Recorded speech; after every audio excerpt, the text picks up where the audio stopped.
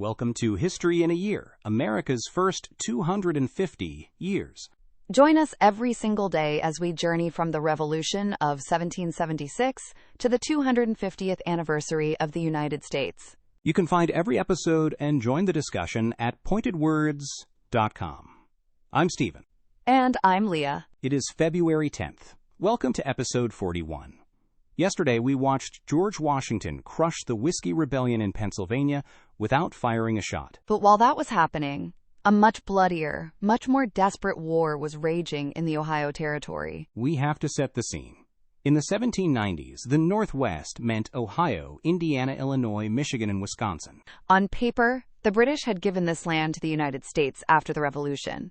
But in reality, the Americans didn't control a single acre of it. It was controlled by the Western Confederacy. This was a powerful alliance of Native American tribes, Shawnee, Miami, Delaware, Ottawa, and others, who had come together to stop American expansion.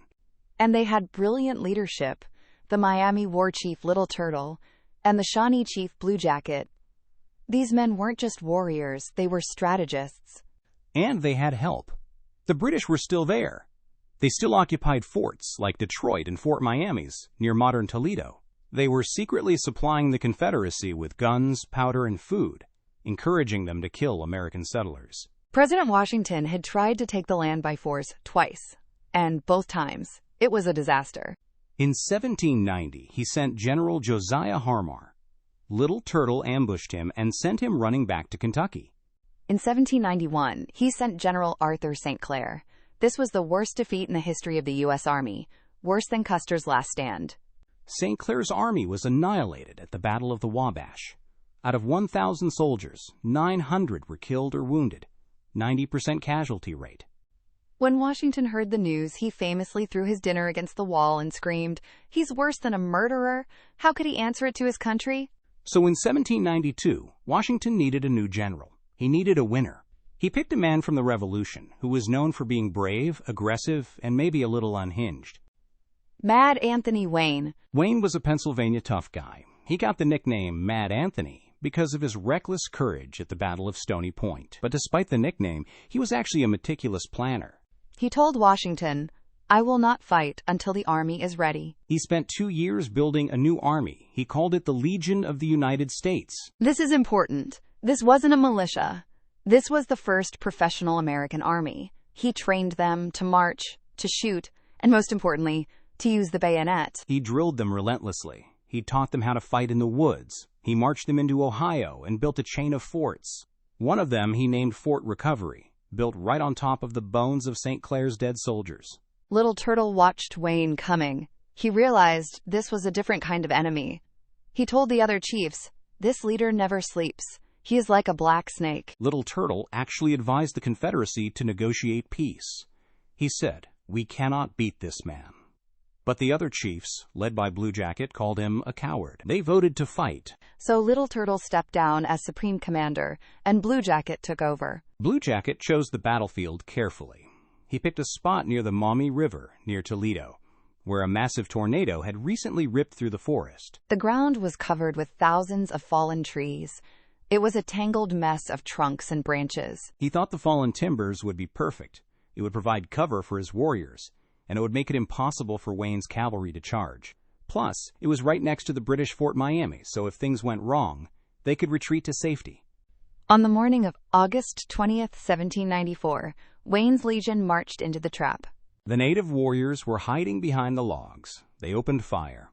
The front line of American troops took heavy casualties. But Mad Anthony didn't panic. He knew exactly what to do. He realized that the enemy was spread out in the timber, reloading their muskets. He ordered a bayonet charge. He told his men, "Charge with the bayonet. Don't fire until you flush them out from behind the logs. Then pour a volley into their backs as they run." The legion surged forward. The discipline was terrifying. They scrambled over the logs, screaming. The native warriors, seeing a wall of steel coming at them, broke cover and ran. And as they ran, Wayne's cavalry, which had flanked around the sides, cut them down. The battle lasted less than an hour. It was a rout. But the true tragedy happened next. The surviving warriors ran toward the British Fort Miamis. They banged on the gates. They begged their British allies to let them in. The British commander, Major William Campbell, looked down from the walls. He saw Wayne's army approaching. He knew that if he opened the gates and let the natives in, it would be an act of war against the United States. He wasn't ready to start World War III right there in Ohio. So he kept the gates closed. The native warriors were stunned. They were trapped between the closed British gates and American bayonets. That betrayal broke the heart of the Confederacy. They realized that the British had used them. They had promised support, but when the chips were down, they abandoned them. Wayne marched his army right up to the British fort. He and the British commander insulted each other, but neither side fired a shot. Wayne burned the native cornfields right in front of the British walls to show his dominance. The war was effectively over. The next year, 1795, the chiefs gathered at Fort Greenville. They signed the Treaty of Greenville. They ceded most of modern-day Ohio to the United States. They gave up the land that would become Cincinnati, Columbus, and Cleveland. It opened the floodgates.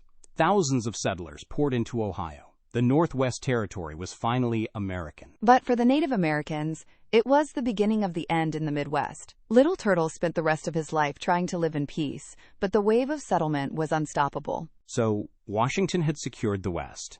The Whiskey Rebellion was crushed. The Indians were defeated. But there was one big problem left: the British. They were still attacking American ships at sea. They were still impressing American sailors. War fever was rising in Philadelphia. Washington knew he couldn't fight Britain yet. He needed peace. So he sent the Chief Justice of the Supreme Court, John Jay, to London on a secret mission. Join us tomorrow for episode 42, The Jay Treaty. We see how John Jay prevented a war, but brought back a treaty so hated that mobs burned him in effigy and threw rocks at Alexander Hamilton. I'm Leah. And I'm Stephen. You can find every episode at pointedwords.com. And this is our story.